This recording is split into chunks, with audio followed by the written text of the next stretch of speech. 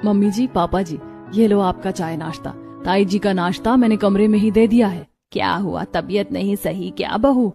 हाँ माँ, ताई जी को थोड़ा चक्कर आ रहा था, इसीलिए वो कमरे में है। मैं ताई जी की नहीं तेरी बात कर रही हूँ। इतना पसीना पसीना क्यों हुई है?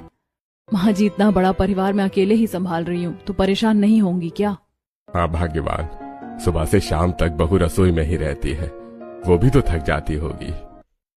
चित्रा एंट्री देती है। हाँ दीदी, महिमा अकेले काम करते करते थक जाती है। अब करण की शादी कर दो, देवरानी आ जाएगी तो हाथ बट जाएगा। देवरानी के नाम से महिमा के चेहरे पर सुकून झलक जाता है। अब आएंगे मेरे राज करने के दिन, एक बार बस देवरानी आ जाए। अगली सुबह घर में हलचल मची थी। रसोई में महिमा सबके लिए नाश्ता बना रही थी। कोई चाय मांग रहा था, कोई पराठे, कोई टिफिन बोल रहा था, तो कोई कपड़े प्रेस करने को। महिमा एक काम खत्म करती तभी दूसरा सामने आ जाता। हाय भगवान, इतना बड़ा घर, इतने सारे लोग, अकेले इंसान कितना काम करे आखिर। महिमा जानबूझकर लड़खड़ाते हुए चलती है। वो चाय की ट्रे लेकर हॉल में आती है और अचानक माथा पकड़ लेती है। अरे मेरा सर। इतना कहकर वो धीरे से सोफे के पास बैठ जाती है।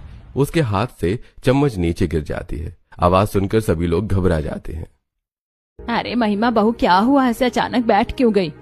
अरे चेहरा तो पूरा पीला पड़ गया है बहू का। अरे बहू, पानी लाओ जल्दी कोई। भाभी, ये लीजिए पानी।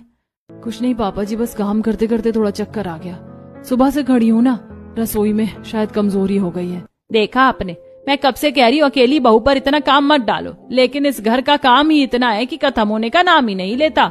बिल्कुल दीदी, सुबह से देख रही हूँ महिमा एक मिनट भी बैठी नहीं है। कभी रसोई, कभी झाड़ू, कभी बर्तन, ऊपर से इतने लोगों का खाना अलग। अब तो सच में करण की शादी कर देनी चाहिए।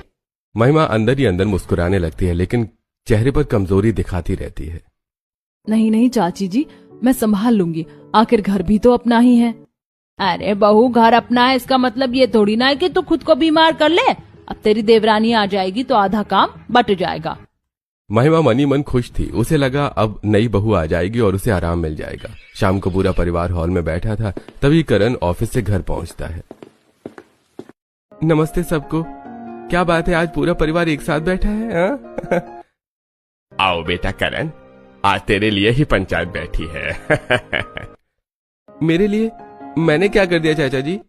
बेटा, अब हम सोच रहे हैं कि तेरी शादी करवा दे। अच्छा, अचानक ऐसा क्या हो गया माँ? अचानक नहीं हुआ बेटा, हम सब काफी दिनों से देख रहे हैं कि महिमा बहू अकेले कितना काम करती है। सुबह से रात तक लगी रहती है बेचारी। अब दूसरी बहू आ जाएगी तो उसे भी थोड़ा सहारा मिल जाएगा। बिल्कुल सही कह रही है तेरी माँ। घर जितना बड़ा होता है उतने ज्यादा